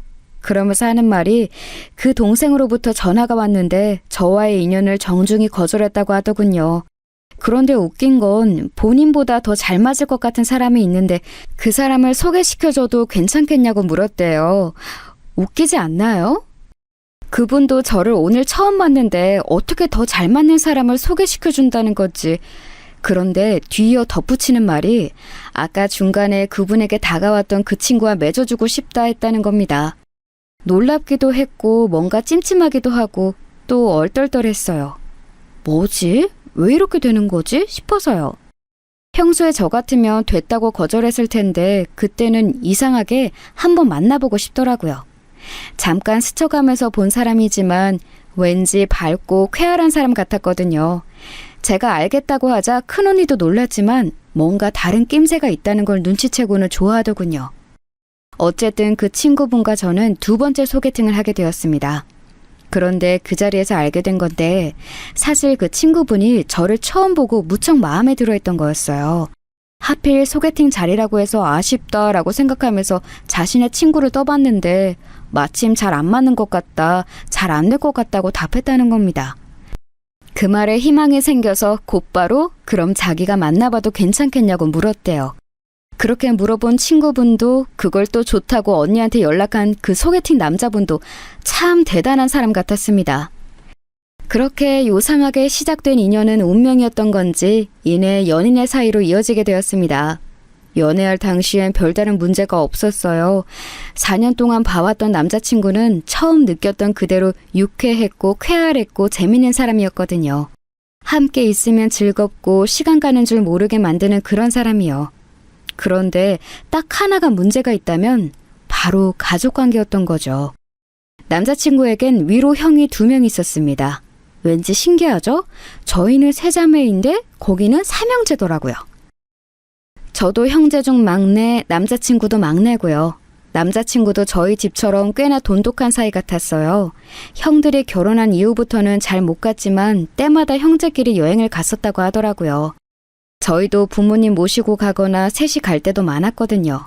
마치 데칼코마니처럼 가정 환경이 비슷해서 신기하기도 하고 놀랐었죠. 그러던 어느 날 남자친구가 형네 부부와 함께 여행을 가자고 하더군요. 첫째 형과 둘째 형 모두 결혼하신 지 2년이 넘었어요. 장수 커플이라고 해도 저희만 결혼 안 한 사이니 어쩐지 좀 부담이 됐습니다. 그런데 남자친구는 형네 부부가 꼭 함께 하자고 했다며 형들은 자기보다 2-3살 정도밖에 차이 안 나서 세대도 비슷하니 별일 없을 거라고 합니다. 그러면서 형수들도 고지식하거나 싫은 소리 하는 사람들이 아니니 부담 갖지 말라고 하더군요. 그렇지만 전에 듣자 하니 남자친구는 형수들과 만난 게 몇 년 동안 2-3번밖에 없었다는데 말이에요. 뭘 믿고 그렇게 안심하라는 건지 모르겠더라고요. 결혼하기 전까진 절대 그 가족들을 만나면 안 된다고 언니들이 신신당부했거든요. 사람 일은 어떻게 될지 모르는 거고 괜히 확실치 않은 관계에서 아는 얼굴은 많이 만들어봤자 좋을 거 없다고요. 하지만 전 결국 남자친구의 꾀임에 넘어가게 됐습니다. 사실 남자친구와 결혼을 전제로 만나고 있기도 했고 그 집 식구들은 미리 만나보고 가족 분위기를 파악하는 것도 좋겠다 싶었어요. 그렇게 실제로 여행을 가서 만나게 된 남자친구의 가족들은 말로 딱 형용할 수 없지만 뭐라 해야 하나? 비범한 느낌이었습니다. 남자친구의 집안은 꽤나 잘 사는 편이란 걸 알고 있긴 했어요.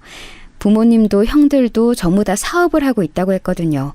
다행히도 어려운 고비 없이 순탄하게 잘 해내고 있다고 했으니 그래도 사업적으로 성공을 한 상태겠죠. 그런데 유일하게 남자친구만 일반 회사원인 거죠. 그래서 알게 모르게 남자친구는 그 안에서 소외되는 분위기였고 남자친구도 그걸 알고 있다는 겁니다. 알지만 어쩔 수 없는 일이라 뭐라 할 수는 없다기에 그 말도 맞는 것 같아서 그냥 듣고만 있었죠. 그 이야기를 들으면서 좀 느껴지는 그런 기운이 있잖아요. 가족 내에서 남자친구의 위치가 낮은, 인정받지 못하는 것 같다는 생각이 들더라고요. 그렇게 쌓여간 추측을 눈앞에서 확인하게 된 게 바로 그 여행이었습니다. 처음 남자친구의 형들과 형수들을 만났을 때 느낀 첫인상은 심상치 않다는 거였습니다. 가만히 서서 그저 악수를 하는데도 알 수 없는 포스가 느껴지더라고요. 호락호락하지 않겠다는 느낌? 그런 거 있죠. 아무리 처음 본 사람들이라고 하지만 그래도 놀러간 자리니까 어려울 거 없다고 생각했거든요. 그런데 제가 생각한 그런 분위기가 아니더라고요. 마치 청문회 같기도 하고 회사에서 온 나들이 같기도 하고 첫째 형으로부터 둘째 형, 남자친구로 이어지는 조그마한 계급 사회를 보는 것 같았습니다. 그도 그럴 게 형들이 엄청 고지식하고 강압적인 겁니다. 남자친구가 막내라는 이유로 말만 하면 어린 네가 뭘 알아? 네가 잘 몰라서 그러는데 라는 말을 기본적으로 깔고 가더라고요. 고작 2~3살 차이 나는데 말이에요. 그 모습을 보며 아, 이래서 날 데리고 오라는 형들이 하는 말을 거절하진 못했던 거구나 싶었습니다. 자매만 있는 것과는 분위기가 완전 딴판이더라고요. 게다가 다들 사업하는 분이어서 그런 건지 그냥 성향 자체가 그런 건지 좀 사장님 마인드가 강하기도 했어요. 정말 손 하나 까딱 안 하면서 이거 해라 저거 해라 자꾸 시키는 겁니다. 펜션 잡고 야외 테이블에서 고기를 구워 먹는 거였는데 정말 저랑 남자친구가 장 보는 것부터 시작해서 상 차리고 고기 굽는 것까지 다 했습니다. 저는 오늘 처음 만나는 사람이었는데도 말이죠. 형수들은 둘이 딱 붙어 앉아서 야외에서 고기 굽는 건 잘 안 해봐서 모르겠다. 일하는 사람이 보통 해주는데 이런 데는 그런 거 없냐 같은 소리나 하고 있더라고요. 나중에 다 먹고 나서 치울 때도 다들 손 하나 깜짝 안 하고 앉아있기에 남자친구에게 눈치를 줬습니다. 끝까지 이럴 거냐고. 그제서야 남자친구도 더는 안 되겠는지 머쓱하게 웃으면서 저희가 설거지 할 테니 다 같이 그릇만이라도 옮겨달라 부탁하더라고요. 아, 누가 보면 우리 집 집들이라도 하는 줄 알았겠네요. 그날 정말 많은 이야기를 했는데 기억나는 게 별로 없네요. 제가 새로운 사람이어서 그런 건지 식구가 될 사람이라고 생각해서 그런 건지 잘은 모르겠지만 정말 길고 구체적으로 본인들의 이야기를 많이 했거든요. 그러다 보니 알 거 모를 거 다 듣게 됐죠. 대충 기억나는 건 그런 거였습니다. 남자친구의 큰형은 한 지역 내에서 다수의 고객을 잡고 있는 정수기 관련 사업을 하고 계시다고 했어요. 고객 유치도 꽤 많이 했고 이제는 한 달 동안 며칠만 일해도 큰 고정 수입이 들어올 정도라 하더라고요. 첫째 형수는 갤러리를 운영하고 있다고 했고요. 둘째 형은 형수와 함께 다이어트 보조제 사업을 하고 있다고 했습니다. 처음 알았는데 둘째 형수가 인플루언서 같은 거라고 하더라고요. 그 있잖아요. 연예인이나 방송일을 하는 사람은 아닌데 SNS나 인터넷에서 사람들이 관심을 가지고 따르는 유명 인사 같은 거요. 사람들이 많이 보는 본인 SNS에서 보조제 같은 건 팔면 하루에 몇백만 원 버는 건 우습다는 겁니다. 인터넷으로나 봤던 사람들이 실제로 이렇게 가까이 있다니 왠지 신기하더라고요. 그런데 어떻게 또 첫째 형수, 둘째 형수 두 분의 분위기가 비슷한 것 같았습니다. 듣자 하니 첫째 형수는 전형적으로 잘 사는 집안의 가방끈이 긴 사람이었고 둘째 형수는 저보다 1살 많았는데 익히 듣던 대치동 키즈였더라고요. 그거에 대한 자부심이 큰 편이었고요. 두 사람은 말수가 많지 않았지만 한마디를 할 때마다 우아함과 세련됨을 보여주려고 하는 것 같았습니다. 한마디로 좀 상대를 얕보면서 스스로 있어 보이는 느낌을 내려고 하는 것 같다 해야 할까요? 제가 일부러 부정적으로 말하려는 건 아니에요. 대화를 몇 마디만 해봐도 알 수 있는 사실이었거든요. 난 솔직히 갤러리 하면서 답답할 때가 많아. 요즘 화가들은 그림 같지도 않은 그림을 그리면서 어디서 못된 것만 주워듣고 오는 거 있지? 협상의 기술을 잘못 배운 건지 고개만 뻣뻣하게 쳐들고선 말이야. 그렇게 교양머리 없는 애들이랑은 상종을 하기 싫어. 어느 집안 앞에서 난척하는 건지 원. 형님, 그거 다 어디 지방 출신이거나 조그만 대학원 하나 나왔다고 유세 떠는 애들이에요. 어렸을 때 인성교육이 안 됐으니까 나 살던 강남구나 서초구만 가봐도 얼마나 애들 교육에 열심인데 그렇게 배워온 애들이 나중에 가도 사람 구실하며 산다니까. 걸핏하면 출신, 강남구, 부자, 지위, 꾸밈 이야기와 그놈의 돈 하는 이야기들이 정말로 전부 다 그런 이야기밖에 없더라고요. 저는 그런 거에 관심 없기도 하고 잘 몰라서 그냥 네네만 하고 있었어요. 그러자 그 형수들이 아무 말 없는 저를 유심히 지켜보더니 저에게 한 가지 묻더군요. 유미 씨, 우리 집에 제사 있는 거 알죠? 요즘 같은 세상에 휴일에 놀러 가지 않고 귀찮게끔 뭔 제사를 지내나 싶지만 어머님이 그 부분에 대해선 꽤나 완강하시거든요. 지금까지는 저희도 며느리 목 다 하려고 맞춰드렸는데 유미 씨도 그런 거 괜찮나 싶어서요. 뭐 예배를 드리는 집안일 수도 있고 개인의 신념에 따라 안 할 수도 있고 뭐 결혼하면 그 집 식구가 아니라 우리 식구가 되는 거지만요. 아, 그렇구나. 저희 집은 예배로 드리긴 해요. 아직은 결혼을 이야기하는 단계까지는 아니라서 확실히는 모르겠지만 상황에 따라 어떻게 할지 조금 더 생각해 봐야겠네요. 그래도 두 분이 계셔서 많이 배우고 잘 따르면 되니까 걱정은 없겠어요. 많이 배우겠다는 게 잘못된 대답이었던 걸까요? 제가 대답을 잘못한 건지 두 분의 표정이 별로 좋지는 않더라고요. 그 후 언젠가부터 저에게 말을 걸지 않고 둘이서만 속닥거리며 이야기하기 시작했습니다. 두 분이 함께 있기에 제가 다가가서 무슨 이야기하세요? 라고 물으면 유미 씨는 잘 모르는 급의 이야기예요. 재테크 관련한 담론이거든요. 이라며 쏘아붙이는데 뭐 대단한 이야기라고 수다거리에도 급을 나누나 싶었네요. 앞에선 싸우기 싫어서 함구하고 있었지만 그날 정말 속으로 욕 많이 하게 되더라고요. 그렇게 어찌저찌 정신없이 이틀을 보내고 집으로 돌아가는 길 정말로 남자친구에게 크게 화를 냈어요.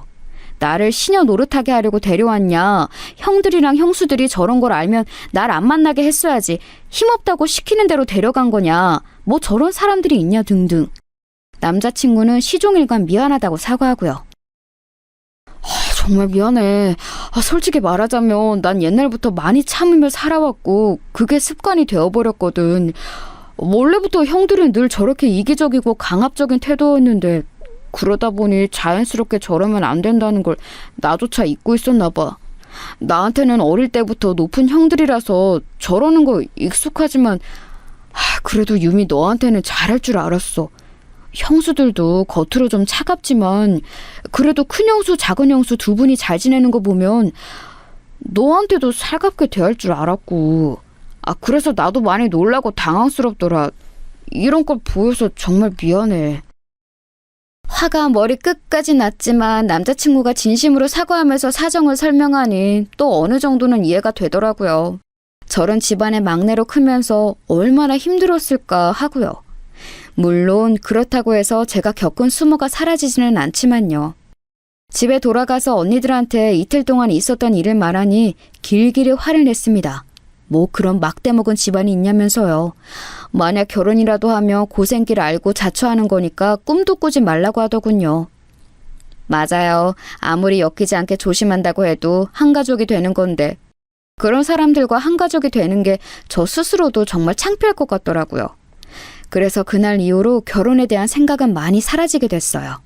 그런데 저의 이런 심적 변화를 느낀 건지 그날의 사건이 너무나 미안했던 건지 남자친구가 저에게 물심양면으로 잘해주기 시작했습니다. 원래도 다정한 사람이라 잘해주긴 했거든요. 그런데 이젠 정말 떠받들 듯 잘 대해주면서 앞으로 살아가며 부족한 점을 고쳐나가겠다고 미래 이야기를 수시로 하더라고요. 사람 마음이 참 간사한 게 그게 다 어떤 부차적 의도가 있어서 그런다는 걸 머리로는 알고 있으면서도 마음으로는 또 정이 가고 고맙고 그렇더라고요. 그렇게 만남을 지속하다 보니 과거의 일은 희미해지고 지워져서 다시 또 결혼에 대한 생각이 슬그머니 들더랍니다.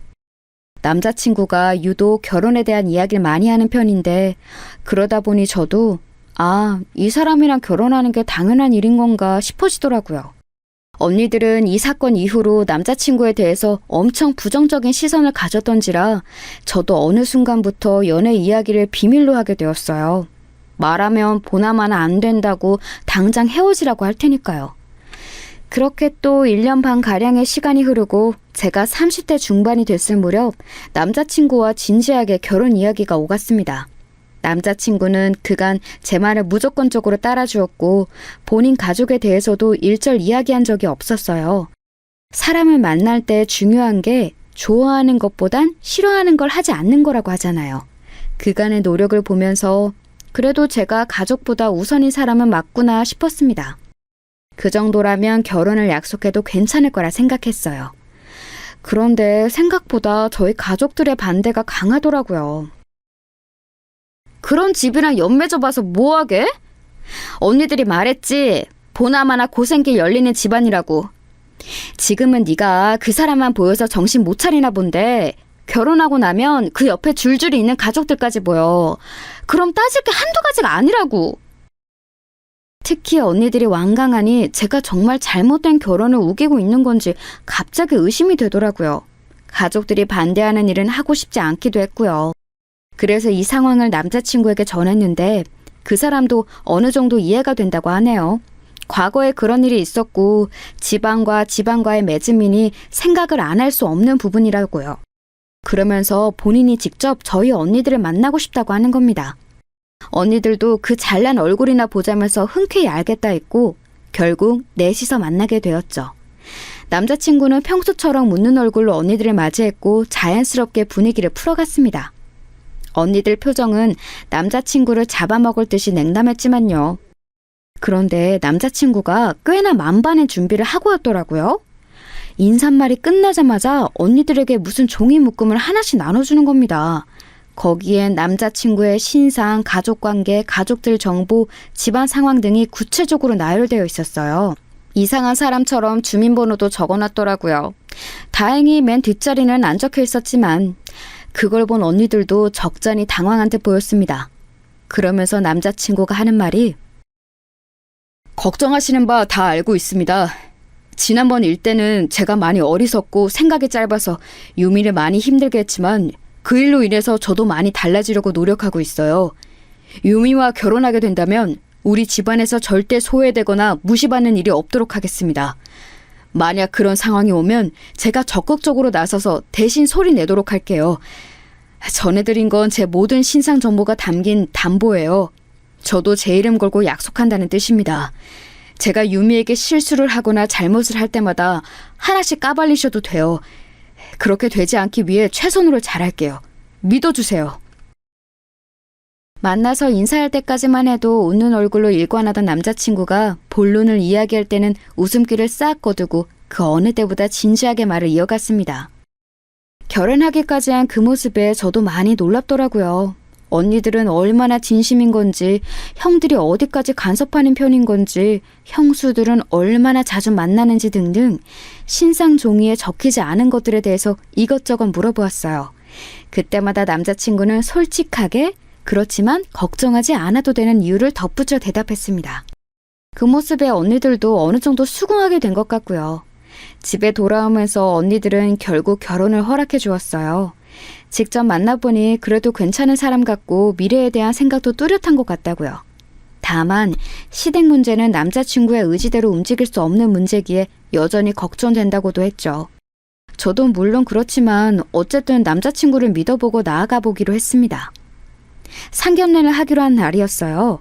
결혼한 분들은 아시죠? 상견례 날 얼마나 떨리고 긴장되는지. 양가 선물도 신경 써서 준비하고 음식점도 지역 내에서 가장 괜찮다고 소문난 곳으로 예약해서 준비했죠. 그런데 그날 그 자리는 분명 그쪽 부모님과 우리 쪽 부모님만 모시고 6명이서 소박하게 진행하기로 했었거든요. 그런데 갑자기 당일 식사하고 있는 가게에 형수 2명이 마침 식사하러 왔는데 보았다며 자리에 합석하겠다는 겁니다. 어떻게 이런 우연이 있지? 오랜만이에요, 유미씨. 이렇게 된 거 같이 식사해요.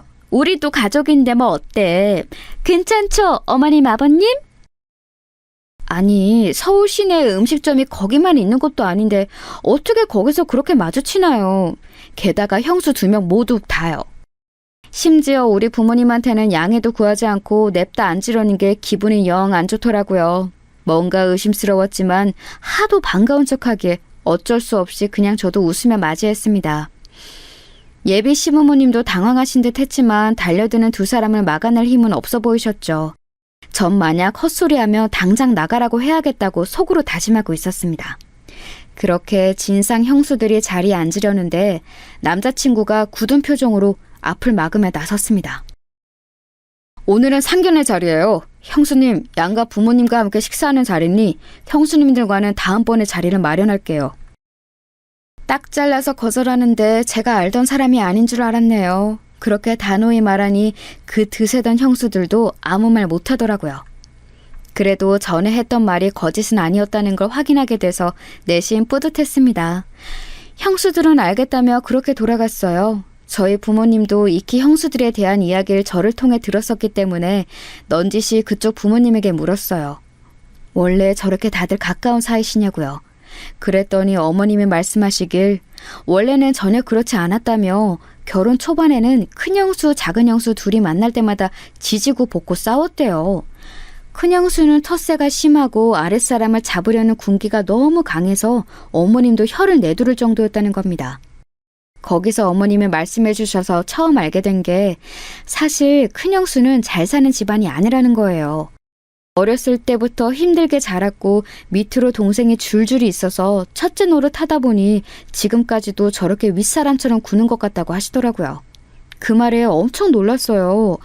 누가 봐도 태생이 금수저인 척하면서 온갖 귀티 부티는 다 냈었는데 그런 비밀이 있으니까 남편도 어느 정도는 알고 있던 눈치긴 하더라고요. 갤러리는 무슨 돈으로 했을까 싶었지만 그래도 지금 잘 꾸미고 다니니 벌이가 꽤나 안정적인 거겠죠. 큰형수가 그렇게 길을 누르려고 하면 둘째 형수는 고분고분하게 듣지 않고 일일이 말대꾸를 했다고 해요. 툭 하면 대들고 모임 있는 날에는 일부러 늦고 핀잔 주면 기분 나쁘다며 일어서 버리고요. 둘째 형수도 보통이 아니더라고요. 지금은 서울 근교 지역에서 사는데도 본인이 소위 대치동 키즈였다는 것에 자부심이 엄청 컸대요. 그 꼴이 보기 싫었던 건지 한 번은 첫째 형수가 둘째 형수한테 있는 척 하지 말라고 해서 대판 싸우고 그랬다 하더라고요. 그런 식으로 늘 둘이 부딪혀서 골머리를 앓았는데 말릴 방법이 없어서 그냥 두셨다고 해요. 남자친구 형들도 못 말릴 정도라고 했으니까요. 이 또한 남자친구도 모르는 이야기였는지 놀라더라고요. 그러던 어느 날 할머님 제삿날이 돼서 제사상을 차리는데 아버님이 갑자기 쓰러지셨대요. 심각한 일은 아니었지만 집에서 요양이 필요하셨던지라 어머님이 다른 일에 신경을 못 쓰시는 상황이셨나 봐요. 원래는 며느리들에게 설거지도 안 시키는 분인데 이번 한 번만 부탁하셨대요.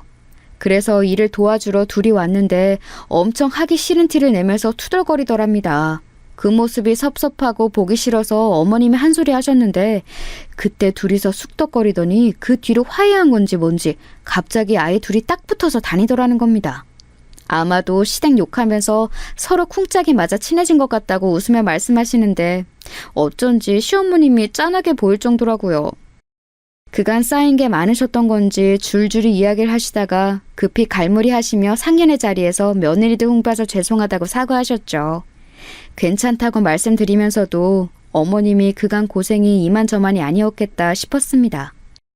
사실 저런 며느리들이 있으면 시어머님도 그만큼 기가 셀 거라고 생각되기 마련이잖아요.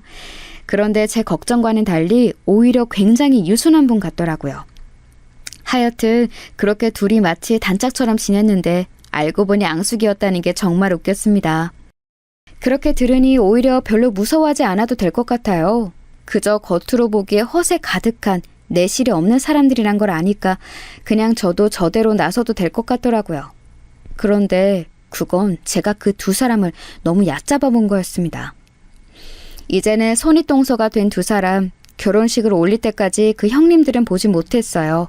남자친구가 의도적으로 자리를 피하기도 했고 저도 일이 불규칙하게 몰려서 정신이 없었거든요.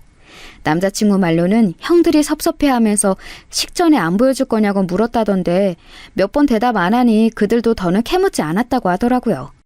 저번에 상견례 자리에서도 그렇고 이번에도 그렇고 아무래도 그들은 새 식구가 될 그리고 손아래 동서가 될 저에 대해 관심이 큰 것 같았습니다. 어떻게 말하며 자기의 유익한 편이 될 건지 귀찮은 적이 될 건지 판단하려고 하는 게 아닐까 싶었어요.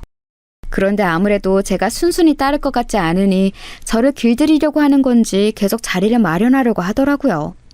마주해봤자 나만 피곤해지니 무조건 피하는 게 상책이라는 생각이 들었습니다. 피할 수 있을 때까지 피하는 걸로요.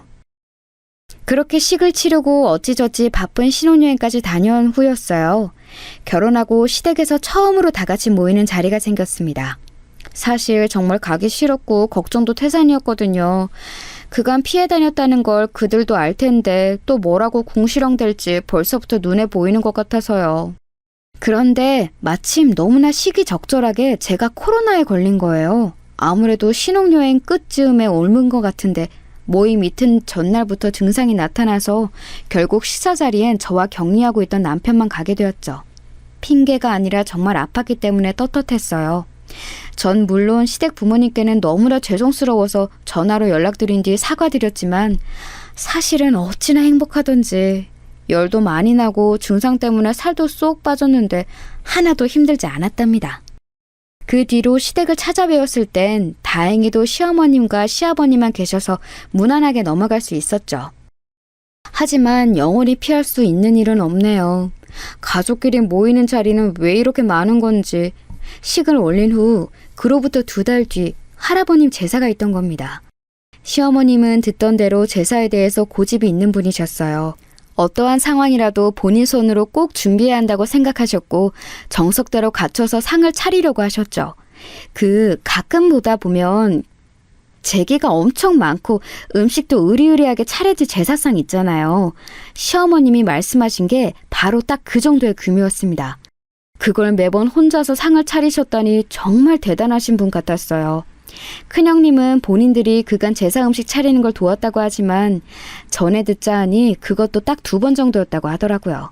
그것마저도 전을 해온다 해놓고 밖에서 사와서 혼났었고 나머지 하나는 작은 형님과 투덜거리다 혼났던 그때였고요. 그래도 시집와서 첫 번째로 맞이하는 제사이기도 했고 어머님께 그간 죄송한 것도 있어서 제대로 도와드려야겠다 싶었습니다. 저희 친정엄마도 음식을 잘하시고 언니들도 요리가 취미여서 음식하는 건 어깨너머로 많이 배웠었거든요. 사전에 미리 공부까지 하면서 준비했죠.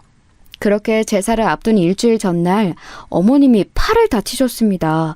운동으로 아침 수영을 다니시는데 수영센터에서 그만 넘어지셨다고 하더라고요. 오른쪽 팔꿈치부터 팔목까지 깁스를 하셨는데 그것 때문에 일주일 내내 다른 생활을 할 수 없는 상황이셨습니다. 저는 집으로 찾아뵈어 제가 직접 한 몇 가지 반찬을 전해드리기도 하고 밖에서 음식을 포장해 저녁을 챙겨드리기도 했어요. 어머님이 어찌나 고마워하시던지.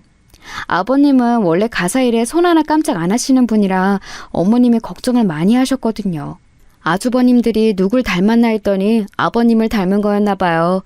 하여튼 시어머님은 제게 고마운 게 많지만 그럼에도 제사상은 차리지 않을 수 없다며 미안한 부탁을 하셨어요. 그런데 어떻게 거절할 수 있겠나요? 그런 사정 때문에 제사상은 결국 저랑 형님들이 준비하게 된 거죠. 모이기 전날 큰형님이 저에게 전화를 해 이런 말을 하셨어요. 동서, 이제야 그 바쁜 얼굴 보겠네? 동서가 안 보이는 동안 우리가 상 차리고 고생했으니까 이번엔 동서가 힘 좀 써봐. 안 돕겠다는 건 아니고 우리도 가서 이것저것 힘 보태긴 할게. 아, 장은 동서가 보는 거지? 그래도 처음으로 준비하는 제사인데 재료비 너무 아끼지 말고. 그건 어머님이랑 아버님한테 이것저것 챙겨드리며 뒤에서 혼자 애쓴 것 같던데 그런 것처럼 이것도 효도하는 마음으로 잘 준비해보자고. 잘할 수 있지? 딱 봐도 제가 시부모님 챙겨드는 걸 고가워하는 뉘앙스였습니다. 그래도 이제 곧 볼 사람인데 괜히 얼굴 붉힐림 만들지 말아야겠다 싶어서 꾹 참으며 알겠다고 답했어요. 그렇게 제삿날이 되고 하필 남편은 급히 지방으로 출장에 잡혀서 오지 못했어요. 혼자 갈 수 있겠냐기에 그러겠다고 말했습니다. 마음에 걸려있지만 그렇다고 간다고 한 걸 이제 와서 도로 물릴 수도 없는 일이니까요. 다 사람끼리 하는 일인데 별일 있겠나 싶기도 했고요. 그렇게 저는 오전부터 장을 본 후 곧바로 올라가서 혼자 음식을 준비했습니다. 어머님은 옆에서 한쪽 팔로 일을 하시며 이것저것 지시해 주시고요. 그래도 왼손으로는 한계가 있으니 거의 제가 다 한 셈이죠. 제가 땀을 뻘뻘 흘리며 음식을 하다가 고기 냄새가 역해서 잠시 쉬는데 어머님이 다가오셔서 종이봉투를 하나 주셨습니다. 열어보니 100만 원이 들어있더라고요. 오늘 장 본 거랑 음식 해준 값이라고 하시면서요. 너무 많다고 거절해도 제가 받아야 마음이 편하다면서 억지로 떠미셨죠. 많이 서럽긴 했는데 그래도 마음이 좀 풀리긴 하더라고요. 그렇지만 형님들은 여전히 제 마음을 불편하게 했습니다. 낮즈음에는 오겠다고 했는데 오후 4시가 넘어도 모습을 보이지 않더라고요. 5시가 될 즈음에서야 두 형님들이 한 번에 오셨습니다. 아주버님들은 일 때문에 못 오셨고요. 큰형님은 일찍 올 수 있었는데 교통비가 아까워서 작은 형님 시간에 맞춰 한 차로 오느라 늦었다는 겁니다. 그게 말이라고 하는 얘긴지. 어머님도 연신 기침을 하며 불편한 기색을 보이셨지만 눈치도 안 보는 건지 오는 길에 유명 디저트 가게에 있어서 사왔다며 하하호호 둘이 아주 신났더라고요. 부엌에 잠깐 들려서 음식 다 됐네 고생했어 동서라고 저에겐 딱 한마디 했네요. 저도 좀 화가 나서 아직 절은 안 했어요. 형님이 맡아주시겠어요? 라고 말했는데 못 들은 채 하더랍니다. 그럴 거면 왜 물어본 건지. 오늘만 참자라는 생각으로 저는 그냥 제 일을 하기 위해 부엌에서 다시 음식을 준비했어요. 시어머님이 빠진 재료를 사기 위해 마트에 가신 동안 저는 전을 부칠 준비를 했어요. 형님들이 거실에서 TV를 보는 소리가 너무나 거슬렸지만 애써 신경 쓰지 않는 척했죠. 그런데 전을 부치는 기계가 저희 집 것과 달라서 어떻게 작동하는 건지 모르겠더라고요. 그래서 엉성하게 우선 사용하고 있었는데 순간 선이 빠진 줄 알고 뒤집어 봤다가 뜨거운 판에 다리를 데이고 말았습니다. 기계는 열이 가장 고온으로 되어 있었고 이미 충분히 예열된 상태였어요. 얼마나 뜨거웠으면 다리가 데이고 있는데도 고통이 느껴지지 않아서 대략 10초가 넘도록 데고 있었대요. 뒤늦게야 저는 뜨거운 기름과 판에 다리가 크게 데었다는 걸 알았습니다. 순간 감각과 고통이 극대화돼서 아무 생각도 안 났어요. 화상자리는 까맣게 부풀어 올랐고 그 주위로 살이 붉게 올라왔습니다. 그제서야 제가 악 하고 소리를 질렀는데 형님들은 저를 보는 둥 마는 둥 하더라고요. 핸드폰이 어디 있는지 보이지도 않고 걷기도 어려웠던 저는 급히 형님을 불렀습니다. 형님, 저 화상을 입었는데 상태가 너무 안 좋아요. 119에 연락 좀 해주세요. 크게 되었으니까 빨리 좀 부탁드려요. 라고 말했습니다. 그러자 큰형님과 작은형님이 저를 힐끗 보더니 이러는 겁니다. 그러게 조심 좀 하지. 칠실 맞기는. 혼자 음식한다고 유세 떨 때부터 알아봤어. 그러니까 화상이 뭐 대수라고 119까지 불러. 그냥 찬물로 좀 닦아내면 되지. 곱게 자란 것도 아니면서 왜 유난이야? 지금 이게 장난처럼 보이세요? 사람이 다쳤다고요. 지금 걷기가 힘드니까 신고만이라도 해주세요. 빨리 부탁드릴게요. 알았어, 알았다고. 여기 먹던 커피는 다 먹고 119 불러줄게. 기다려. 사람이 다쳤다는데 어떻게 이럴 수 있나요? 결국 저는 핸드폰을 찾기 위해 상을 짚고 일어나 방으로 기다시피 해서 갔습니다. 그런데 방에도 핸드폰이 안 보이는 거예요. 보니까 어머님이 마트에 가실 때 아무래도 제 폰을 착각해서 가져가신 것 같더라고요. 어머님 폰을 발견했지만 배터리가 없는지 꺼져 있었고요. 급한 대로 앞에 보이는 형님의 핸드폰을 잡았는데 그마저도 뺏어가더라고요. 그러면서 말하길 어머, 지금 누굴 걸 함부로 만지는 거야? 못 배워 먹어도 한참 못 배웠네. 동서, 아까 형님 말씀 못 들었어? 이것만 다 마시고 전화해준다 했잖아. 동서가 참아. 아주 큰 병선 앞신 것 같으니까. 그러게 우리한테 잘 좀 하지. 어머님 말고 우리한테 잘 보이려고 했으면 이런 험한 꼴까진 안 보잖아. 가족끼리 피하고 무시하고 그러면 못 써. 막내 동서, 우리가 얼마나 잘해주려고 했는데 그 속내도 모르고. 그제서야 큰형님은 폰을 들어 신고를 했습니다. 제가 다치고 나서 15분가량이 흐른 뒤였죠. 저는 다시 화장실로 가서 찬물을 약하게 틀어 상처 부위에 댔습니다. 맨달이어서 화상의 정도가 심했고 분명 흉터가 크게 남을 정도로 컸죠. 하필 퇴근 시간과 겹쳐서 119가 늦게 도착했습니다. 저는 들것에 들려서 병원으로 향했습니다. 3도 화상이었고 보통 기름에는 2도 화상 정도 있는데 저는 훨씬 더 심각한 정도라고 했습니다. 피부 이식 수술까지 받아야 했고 제대로 치료하지 않으면 심한 후유증이 남을 거라고 했어요. 한시라도 빨리 응급처치를 해야 하는데 시간이 어느 정도 지난 것도 문제였죠. 너무나 절망적이었습니다. 하필 다리에 평생 남을 흉터가 생길 거라니. 고통도 고통이었지만 당시 형님들의 태도 때문에 우라가 치밀어 올랐어요. 인간이 어떻게 그럴 수 있나요? 그날 그때를 생각하면 도저히 잠이 오지 않을 정도였습니다. 저는 남편과 시어머님에게 이 사실을 알리면서 형님들은 인간도 아니고 다신 상종하지 않겠다고 말했습니다. 어머님도 형님들의 행동에 단단히 화가 나서 크게 혼내셨다고 했어요. 하지만 그건 저에게 별로 중요치 않았어요. 분명 그 인간들은 한귀로 흘렸을 테고 제가 다친 것에 기뻐하고 있었을 테니까요. 그걸 상상하며 정말 제대로 앉아있기 힘들 정도였습니다. 당장이라도 가서 쌍욕을 하고 흠씬 두들겨 패고 싶은 심정이었거든요. 그 인간들 저에게 사과 한마디도 없었습니다. 아주버님들이 남편을 통해 전화해서 괜찮냐고 묻는 정도였죠. 결국 전 스트레스가 극에 달했는지 저는 매일 밤 악몽을 꾸었고 늘 꿈에서 누군가와 싸우는 꿈을 꾸며 계속 소리를 질렀어요. 아마도 형님들이었겠지만요. 그렇게 자주 깨어 남편을 붙잡고 얼마나 울었는지 모릅니다. 매일 두 동서를 저주했어요. 똑같이 당했으면 좋겠다고 엉엉 울면서 말했습니다. 남편은 제 말을 묵묵히 들어주고 안아주었죠. 그렇게 지옥 같은 2주가 지나고 다리 치료 때문에 병가를 내고서 집에서 쉬고 있는데 갑자기 집으로 형님들이 들이닥쳤습니다. 초인종을 마구 누르면서 당장 나오라 하더라고요. 저 사람들이 이제 대놓고 뻔뻔하게 나오기로 한 건지 아님 단체로 정신이 나간 건지 영문은 알 수 없었습니다. 그때 남편에게서 전화가 왔어요. 형수들이 찾아갔을 텐데 절대 문 열어주지 말라고요. 본인이 곧 도착하니까 조금만 참으라 하더라고요.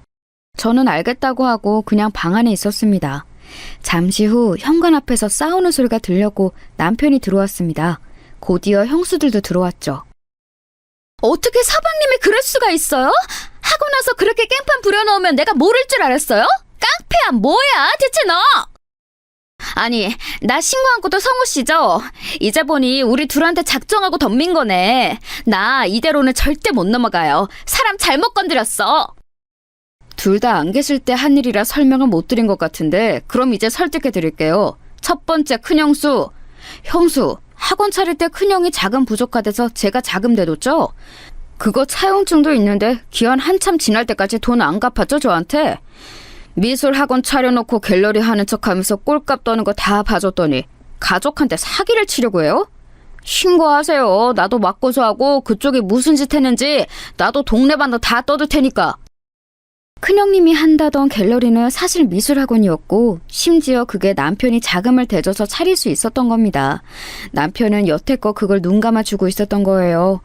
그런데 이번에 학원에 가서 원장 나오라고 일부러 크게 소란을 피웠고 일부러 큰형님에 대한 나쁜 소문을 낸 겁니다. 이 사실을 작은 형님도 몰랐던 건지 커다래진 눈으로 큰형님에게 묻더군요. 갤러리는 거짓말이었냐고요. 큰형님이 대답을 제대로 하지 못하고 어물쩡대자 남편이 말을 이어갔습니다. 그리고 작은 형수, 그 보조제 허위 과정 광고인 거 아시죠? 성분 속여서 판 거잖아요. 작은 형은 모르고 있던데 그대로 두면 우리 형까지 점점 더 날아갈까봐 제가 신고했어요. 사람들이 모르면 안 될 것 같아서 제가 인터넷에 글을 올렸고요. 이거로 형이랑 연 끊겨도 상관없어요. 전 오히려 제가 구해준 거라고 생각하니까. 그래도 형수 머리 나쁜 거 티내지 말고 떳떳하게 살자고요. 그놈의 대치동 그만 좀 대고 지금 본인이 어디 살고 있는지 어떻게 살고 있는지 현실 좀 직시하고요. 형수 두 분 다 제 와이프가 도움이 필요할 때 인간성을 버리고 무시했지만 저는 두 분을 구제해드린 거예요. 인간 쓰레기로 더는 살지 않게. 남편 말이 끝나자마자 형님들은 남편에게 달려들어 구타하고 옷을 찢고 난리도 아니었습니다. 저도 곁에서 말리면서 거의 아수라장이 되었죠. 그런데 남편은 이런 걸 알고 있었는지 미리 경찰에 신고를 해두었더라고요. 때마침 경찰이 들어왔고 남편은 두 형님을 폭행죄로 고소했습니다. 남편은 제가 그 일을 당한 뒤 혼자서 복수를 준비했고 이렇게 큰일을 벌렸어요. 절대 그런 사람이 아닌데 제가 힘들어하는 모습을 보니 도저히 참을 수가 없다고 했습니다. 어떻게든 두 사람이 망하는 걸 저에게 보여주고 싶었다고 하더라고요. 물론 대가는 있었습니다. 두 형과 연이 끊겼고 시댁의 분위기는 그야말로 풍비박산이 돼버린 거예요. 하지만 남편은 후회하지 않는다고 했습니다. 전으로 돌아가도 똑같이 했을 거라면서요. 자신이 여태껏 형들의 폭언과 형수들의 만행을 참아온 건 가족이어서 그런 거였지만 이제 자신의 사람을 건드렸으니 더는 참지 않는다고 말하더군요. 결혼 전 남편이 약속한 말이 진심이었다는 걸 또 한 번 알 수 있었죠. 그런 남편이 고맙기도 하고 한편으론 제정신이 아닌 것 같아서 웃음이 나기도 했네요. 지금 저희는 이사를 했고 시부모님과 간간히 전화를 주고받는 정도로 연락을 이어가고 있습니다. 폭행죄에 대해서 남편은 절대 합의해주지 않고 있는 상황이에요. 무릎 꿇고 사과라도 하고 싶다며 형님들이 연락을 해왔는데 늘 그들이 그래왔듯 못 들은 채 하고 있는 중이죠. 최대한 끝까지 가보려고 합니다. 제 안의 응어리가 완전히 사라질 정도로요. 그래도 이제 밤에 잠은 잘 자게 돼서 그나마 다행인 것 같아요. 치료하면서 남편과 서로 마음을 위로하고 치유하면서 다시 또 열심히 살아가려고 합니다. 그 두 사람의 결말이 최악이길 기도해 주세요. 지금까지 제 이야기를 들어주신 여러분, 감사합니다.